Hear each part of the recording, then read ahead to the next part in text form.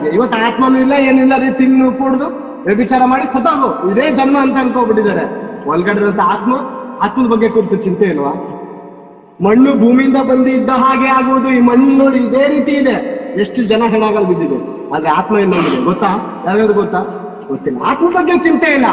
ಶರೀರಕ್ಕೆ ಯಾವ ರೀತಿ ಸುಖ ಕೊಡ್ಬೇಕೋ, ಶರೀರನ ಯಾವ ರೀತಿ ಪೋಷಿಸ್ಬೇಕೋ ಎಲ್ಲ ಮಾಡ್ತಾ ಇದೆಯಾ. ಆತ್ಮನ ಕುರಿತು ಈ ಶರೀರಕ್ಕೋಸ್ಕರನೇ ಸೈಕಲ್, ಈ ಶರೀರಕ್ಕೋಸ್ಕರನೇ ಟೂ ವೀಲರು, ಈ ಶರೀರಕ್ಕೋಸ್ಕರನೇ ಕಾರು, ಈ ಶರೀರಕ್ಕೋಸ್ಕರನೇ ಟ್ರೈನು, ಈ ಶರೀರಕ್ಕೋಸ್ಕರನೇ ಪ್ಲೇನು, ಈ ಶರೀರಕ್ಕೋಸ್ಕರ ಎಲ್ಲ ಇಡ್ತಾ ಇದೆಯಾ. ಆತ್ಮಕ್ಕೆ ಏನಾಗ ಆಗ್ತಾ ಇದೆಯಾ? ಆತ್ಮಕ್ಕೆ ಏನಾಗಿದೆ? ಅದಕ್ಕೆ ಆತ್ಮಕ್ಕೆ ಏನಾಗಿದೆ ಗೊತ್ತಾ? ದೆವ್ವ ಹಿಡಿದ್ಬಿಟ್ಟಿದೆ. ಸತ್ತೋಗಿರೋ ದೆವ್ವ ಆಗಲ್ಲ, ಆಲ್ರೆಡಿ ಸೈತಾನ ಇದ್ದಾನೆ. ಅವನು ಏನಾಗ್ಬಿಟ್ಟಿದೆ ಗೊತ್ತಾ? ಎಲ್ಲಾರನ್ನು ಸೇರ್ಕೊಂಡು ಈ ಹಲೋಕದ ಆಸೆಗಳನ್ನ ತುಂಬಿ ಸಾಯಿಸಿ ಮನುಷ್ಯನ ನರಕಕ್ಕೆ ಕಳಿಸ್ತಾ ಇರುತ್ತೆ. ಅದಕ್ಕೆ ದೇವರು ಕೊನೆಯದಾಗಿ ಏನ್ ಹೇಳ್ತಾರಂದ್ರೆ, 2 ಪೂರ್ವಕಾಲ ವೃತ್ತಾಂತ 7:14